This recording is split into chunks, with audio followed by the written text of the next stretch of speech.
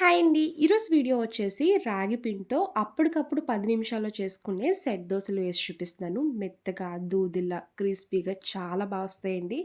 ఇంట్లో ఎప్పుడైనా దోస పిండి, ఇడ్లీ పిండి లేనప్పుడు ఇలా ఇన్‌స్టెంట్‌గా, హెల్తీగా చేసుకొని తినండి. దీనికి కాంబినేషన్‌గా పల్లీ చట్నీ కూడా చేసి చూపిస్తాను. డెఫినెట్‌లీ ట్రై చేయాల్సిన రెసిపీ. టేస్ట్ విషయంలో అయితే పిల్లలైనా, పెద్దవాళ్ళైనా చాలా ఇష్టంగా తింటారండి. సమ్మర్ కూడా వచ్చేస్తుంది కదా! ఇలా డైలీ రాగి పిండి తీసుకోవడం వల్ల హెల్త్‌కి కూడా చాలా మంచిది. ఈ రాగి పిండితో సెట్ దోసలు ఎలా చేయాలో ఒకసారి చూద్దాం రండి. సెట్ దోసలు వేసుకోవడానికి ముందుగా పిండి కలిపి పక్కన పెట్టుకోండి. ఇలాంటి ఒక బౌల్ తీసుకొని, ఒక కప్పు రాగి పిండి వేసుకోవాలి. మీ దగ్గర మెజరింగ్ కప్ ఉంటే కప్పు తీసుకోండి. లేదు అంటే చిన్న టీ గ్లాస్‌తో అయినా మెజర్ చేసి వేసుకోవచ్చు. అదే కప్‌తో ఒక కప్పు సూజీ రవ్వ. దీన్ని ఉప్మా రవ్వ, బొంబాయి రవ్వ, కరాచీ నూక అని కూడా అంటారండి. అదే కప్‌తో హాఫ్ కప్పు అటుకులు వేసుకోండి. ఒక కప్పు పెరుగు వేసుకొని మొత్తం ఒకసారి కలుపుకోవాలి. ఇలా కలుపుతూ ఉన్నప్పుడే వాటర్ యాడ్ చేసుకోండి. ఒకేసారి కాకుండా ఇలా కలుపుతూ ఉన్నప్పుడే కొన్ని కొన్ని వేసుకోవాలి. నాకైతే 1:30 కప్పు వరకు వాటర్ కరెక్ట్‌గా సరిపోయిందండి. చూసారు కదా! ఇలా థిక్‌గా రావాలి. ఇలా కలుపుకున్నాక మూత పెట్టి ఒక 5 నిమిషాలు పక్కన పెట్టుకోండి. రవ్వ నానుతది. అప్పుడే మనకి సెట్ దోసలు కూడా చాలా వస్తాయి. ఒక కప్పు రాగి పిండి, ఒక కప్పు బొంబాయి రవ్వ, హాఫ్ కప్పు అటుకులు, ఒక కప్పు పెరుగు. ఇలా కరెక్ట్‌గా వెయ్యండి. చాలా వస్తాయి. పిండి నానేలోపు పల్లీ చట్నీ రెడీ చేసుకోవచ్చు. ఈ పల్లీ చట్నీ అప్పటికప్పుడు తొందరగా చేసుకోవాలనుకుంటే టేస్టీగా ఇలా చేయండి. ఇలా రాగి పిండి సెట్ దోసలోకైనా, ఇడ్లీ దోసలోకైనా చాలా బావుంటాయి. స్టవ్ ఆన్ చేసి కడాయి పెట్టుకున్నాక ఒక కప్పు పల్లీలు వేసి పచ్చివాసన పోయే వరకు ఫ్రై చేయండి. చూడండి పల్లీలు ఫ్రై అయ్యాయి కదా! ఇప్పుడు ఇందులో హాఫ్ టీ స్పూన్ నూనె వేసుకోండి.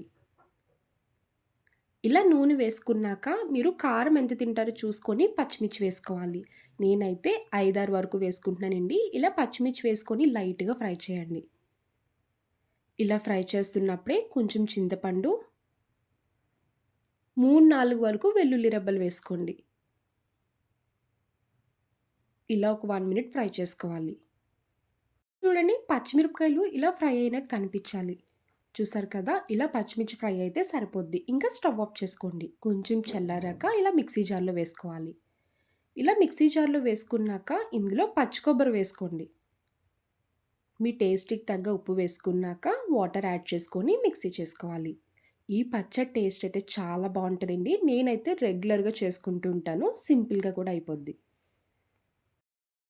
నేనైతే చట్నీలో తాలింపు పెట్టుకోవడం లేదండి. పల్లి, కొబ్బరి చట్నీ అయితే నేను డైరెక్ట్‌గా ఇలానే తీసుకుంటాను. మీరు కావాలనుకుంటే తాలింపు వేసి కూడా కలుపుకోవచ్చు. చూడండి సింపుల్‌గా, టేస్టీగా చేసుకునే పల్లీ చట్నీ రెడీ అయిపోయింది. ఇప్పుడు ఇది పక్కన పెట్టుకోండి. దోస పిండి కలుపుకోవచ్చు.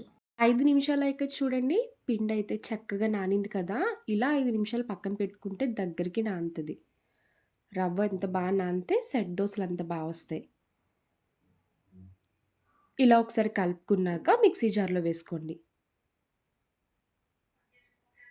పిండి మొత్తం మిక్సీ జార్‌లో వేసుకున్నాక కొంచెం వాటర్ యాడ్ చేసుకోండి. మరీ ఎక్కువగా వేసుకోకూడదు.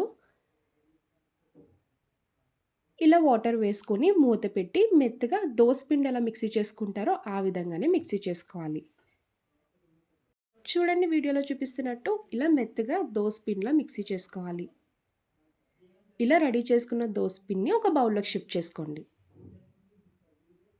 మిక్సీ చేసుకున్న దోస పిండిని ఇలా బౌల్‌లోకి షిఫ్ట్ చేసుకున్నాక ఇప్పుడు ఈ పిండిలో కొంచెం కొత్తిమీరి, ఉల్లిపాయ, పచ్చిమిర్చి ఇలా చిన్నగా కట్ చేసి వేసుకోవాలి. పావు టీ స్పూన్ జీలకర్ర వేసుకోండి. మీరు ఇంకా కావాలనుకుంటే క్యారెట్ తురుము, అల్లం చిన్నగా కట్ చేసి వేసుకోవచ్చు.